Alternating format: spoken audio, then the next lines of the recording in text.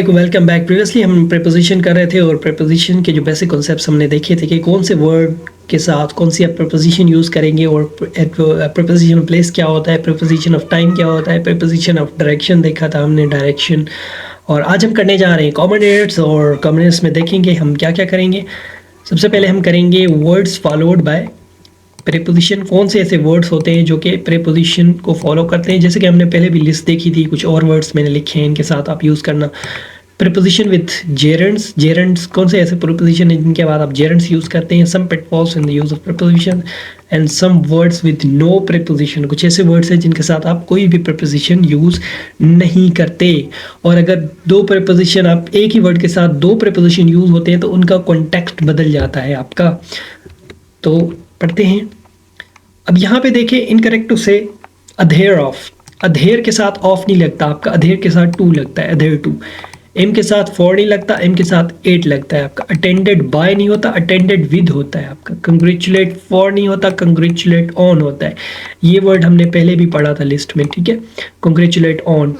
उसके बाद conducive of नहीं होता, कंड्यूसिव टू होता है आपका। डिस्कस एट नहीं होता, डिस्कस्ड विद होता है आपका। फिर डिफरेंट के साथ आप टू नहीं लगाते, डिफरेंट के साथ फ्रॉम लगाते। एंड बाय नहीं होता, एंड विद होता है आपका, ठीक है। इक्वल विद नहीं होता, इक्वल टू होता है आपका। उसके बाद फेमिलियर टू नहीं होता, फेमिलियर विद होता है। फेमिलियर के साथ हमेशा आपका विद होता है। कुछ लोग फेमिलियर टू टू टू कह रहे होते हैं, हालांकि वो गलत है। आप इल ऑफ नहीं होता, इल विद होता है। Invitation for not, invitation to. उसके बाद इन्वॉल्व बाय, इन्वॉल्व के साथ हम इन लगाते हैं। प्रोटेस्ट के साथ एट नहीं लगाते हैं हम, प्रोटेस्ट के साथ अगेंस्ट लगाते हैं। फिर जज्ड ऑन, जज्ड ऑन नहीं होता, जज्ड बाय होता है। सफ़र विद नहीं होता, सफ़र अगेंस्ट होता है। ये सफ़र फ्रॉम भी आप यूज़ करते हैं। इन्फीरियर देन होता है, इन्फीरियर देन नहीं होता आपका, इन्फीरियर टू होता है। ये कुछ वर्ड्स हैं जिनके साथ हम प्रीपोजिशन जो है ना वो गलत यूज़ कर रहे होते हैं। इनके साथ हमने ये वाले प्रीपोजिशन यूज़ करने हैं। उसके बाद कुछ रूल है आपका, जेरेंट्स आफ्टर प्रीपोजिशन। हम प्रीपोजिशन के बाद जेरेंट यूज करते हैं। किस तरह से? When a verb is placed immediately after a preposition it must be in the form of gerund immediately after the preposition. The verb should be in the gerund form adding ING with the first form और basic form of verb. तो basic form of verb के साथ हम ING लगाएंगे। जहाँ भी preposition के बाद डायरेक्ट आपका मेन वर्ब आएगा वहाँ पे हम उसको आईएनजी लगा के जेरेंट बना देंगे। एग्जाम्पल समझते हैं। Look at the following sentences. He insisted on. अब यहाँ पे देखिए, insisted on आपका preposition के बाद फौरन आपका verb आता है, मेन वर्ब आ गया। मेन वर्ब आ गया तो आपने यहाँ पे gerund इसको बना देना है, ठीक है। I insisted on seeing her. To see is incorrect. I insisted to see her. I insisted on to see her. तो ये आपका गलत हो जाएगा ना। टू आपका ऑलरेडी प्रीपोजिशन भी होता है आपका इन्फिनेटिव भी होता है, लेकिन यहाँ पे आपका गलत हो जाएगा ये। I have no objection to hearing you story. I have no objection to hear is incorrect, okay. इसके साथ आप जब भी आपका प्रीपोजिशन आए उसके बाद मेन वर्ब आए वहाँ पे आपने जेरेंट इस्तेमाल करना है। He is good at telling tales. उसके बाद he is accused of smuggling. He is fond of climbing. He is I can not go on bathing here. Go on to bath here नहीं होगा, go on bathing here होगा। I prevented him from going there. I prevented him from to go there नहीं होगा। Are you afraid of talking to him. Are you afraid of talk to him नहीं होगा, to talk to him नहीं होगा आपका। I am quite used to waiting in queues. Do not feel like going for swimming. Do not feel like going for to swim नहीं होगा आपका। इसके साथ मतलब बोलने में भी आपको ये इनकरेक्ट लग रहा है ना। जिनको बोलने में सही लगता है भाई वो तो फिर महान है ना। ठीक हो गया। इनके साथ मतलब जब भी आप इस तरह प्रीपोजिशन आपका आए तो उसके बाद फौरन अगर मेन वर्ब आता है तो उसके साथ आपने क्या करना है, उसके साथ आपने जेरेंट लगाना है। जेरेंट क्या होता है आपका, वर्ब की जो बेस फॉर्म होती है उसमें हम आईएनजी लगा देते तो वो आपका जेरेंट बन जाता है, जेरेंट। नेक्स्ट देखते हैं आप।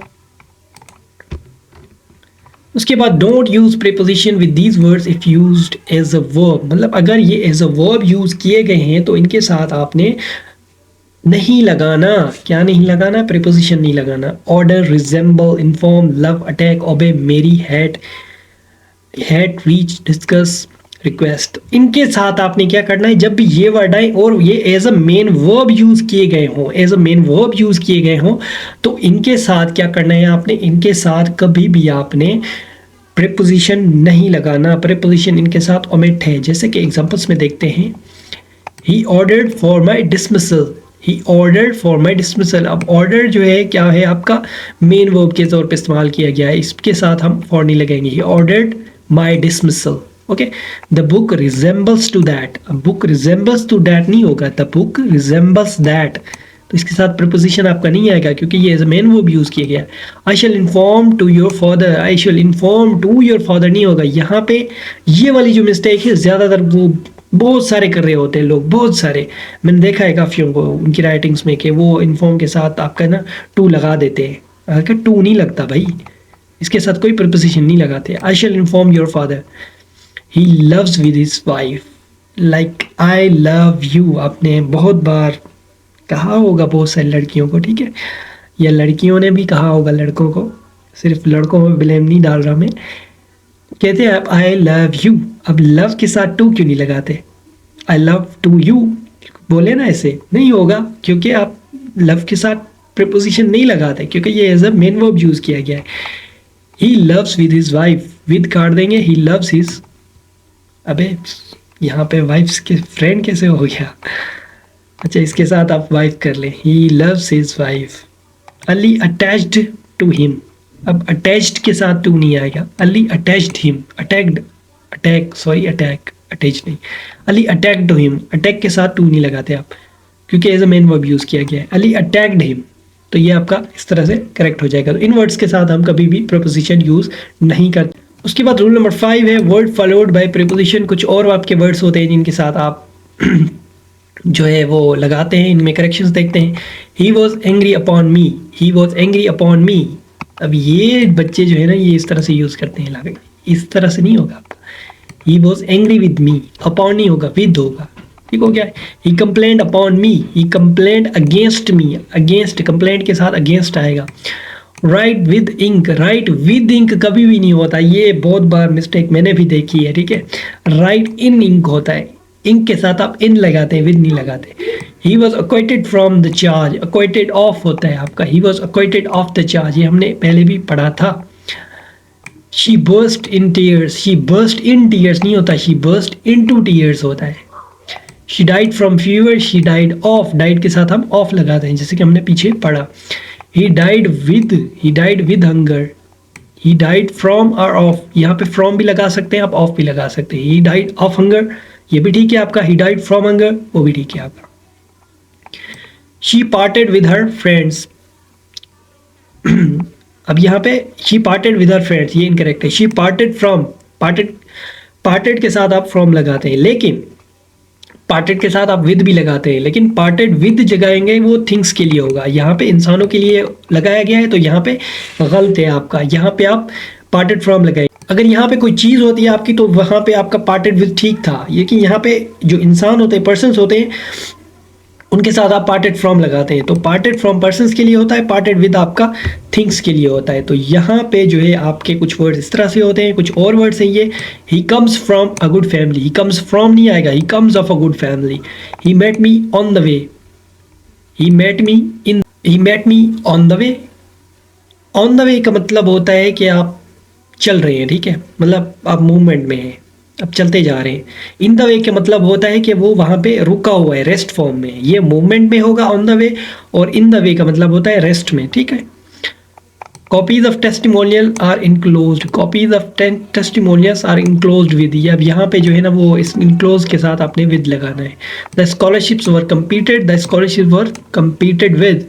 You should not boast your car, इसके साथ प्रीपोजिशन नहीं लगा हुआ, you should not boast of your car.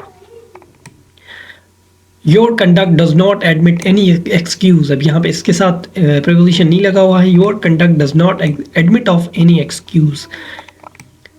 Have you disposed your car, अब डिस्पोज के साथ हम ऑफ लगाते हैं, have you disposed of your car, तो ये आपका इस तरह से करेक्ट हो जाएगा।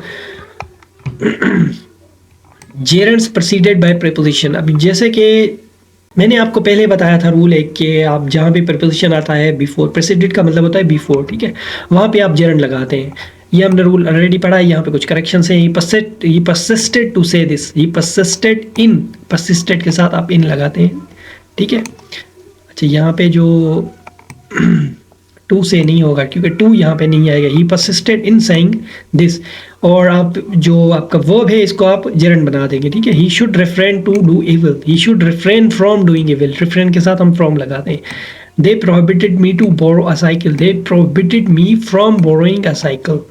Do not prevent me to work, ये गलत होगा आपका, do not prevent me from working.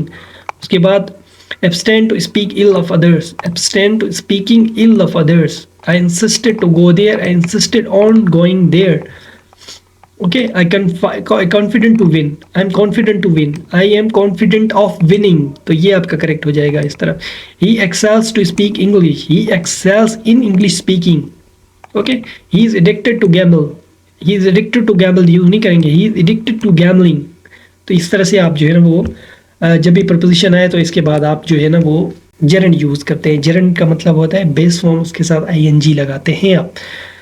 सो यहाँ पे आपका जो प्रीपोजिशन है वो ख़त्म होता है। हमने कॉम्प्रिहेंसिवली प्रीपोजिशन को कवर किया है। बहुत सारे ऐसे वर्ड्स हमने तकरीबन कोई 150-200 वर्ड्स पढ़ लिए होंगे कि उनके साथ आपसे कौन से प्रीपोजिशन आते हैं, और ये मोस्टली यही यूज़ हो रहे होते हैं। ये आप याद कर लें, कॉन्टेक्स्ट इसका याद कर लें कि किस कॉन्टेक्स्ट में कौन से यूज़ होगा, तो आप प्रीपोजिशन में कभी भी जो है ना वो फेल नहीं होंगे।